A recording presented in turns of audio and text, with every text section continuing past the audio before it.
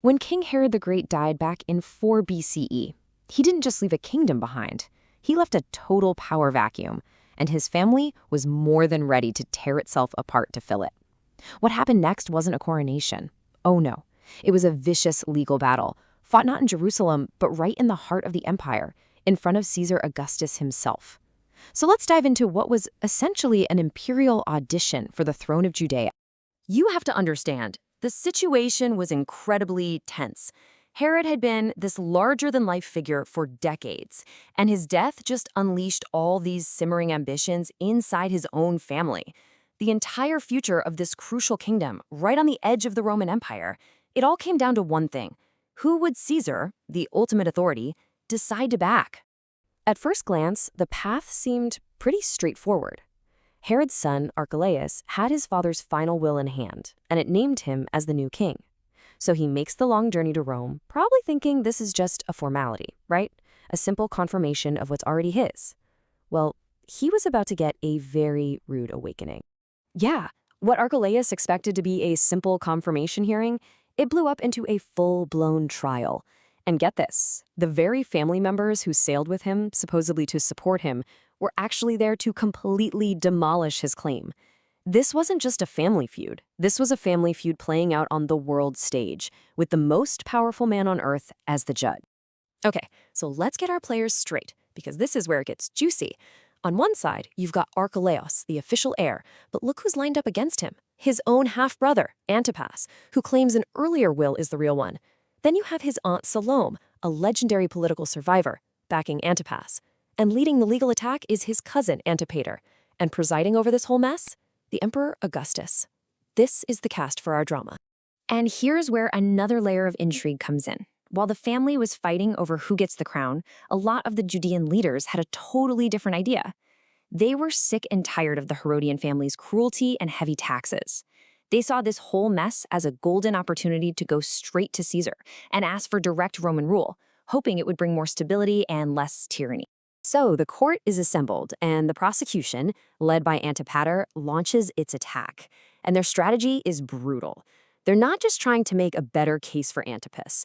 Their goal is to absolutely annihilate Archelaus' character and his legitimacy to rule. Antipater's first move was just brilliant, legally and politically. He accuses Archelaus of already acting like a king before getting the green light from Caesar. Now, in Rome, that's a huge charge. It wasn't just bad manners, it was a direct challenge to Caesar's supreme authority. It basically suggested Archelaus saw the emperor's approval as a minor detail, not the source of his power. And this quote just perfectly captures their argument. Antipater is painting this picture of profound disrespect. He's saying Archelaus already grabbed the real power, the things, and now he's just asking Caesar to approve the title, the words. It was a masterful way to frame Archelaus as an arrogant and ungrateful upstart. Then they shift from the political to the personal. They start painting a picture of a man who is just morally unfit to be king. They claim his public mourning for his father was all an act, that he put on a sad face during the day, but at night it was all drunken parties.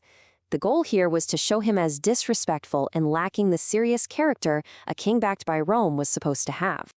But this was their knockout blow. The most shocking accusation of all.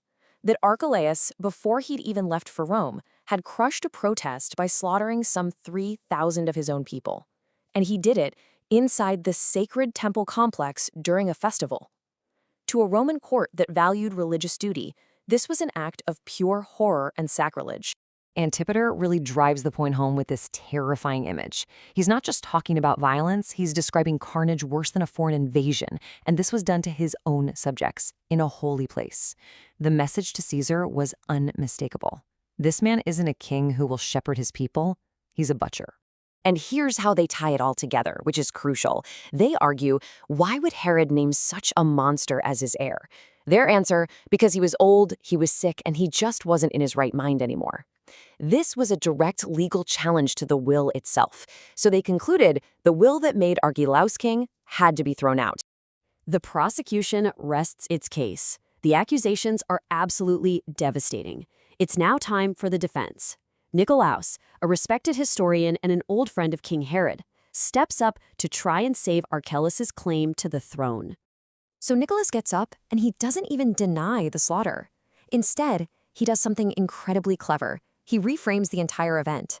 He argues it wasn't a massacre of innocent people. No, it was a necessary police action against dangerous rebels who were enemies not just of Archelaus, but of Rome itself. This quote just shows you the genius of his defense. He's looking right at Caesar and saying, look, Archelaus wasn't being a tyrant. He was protecting your interests. He was keeping order in your empire. It's a classic move. Turn a local act of brutality into an act of loyal service to Rome. And now we get to the masterstroke. To fight back against the claim that Herod was senile, Nicholas points to the will itself. He says the proof of Herod's sharp mind is the part of the will that makes Caesar the final judge. He argues it was an act of incredible wisdom and deep respect for the emperor. And there it is. The logic is so elegant. He's basically saying, how can you argue that a king wise enough to trust your judgment, Caesar, could have been foolish in his choice of heir?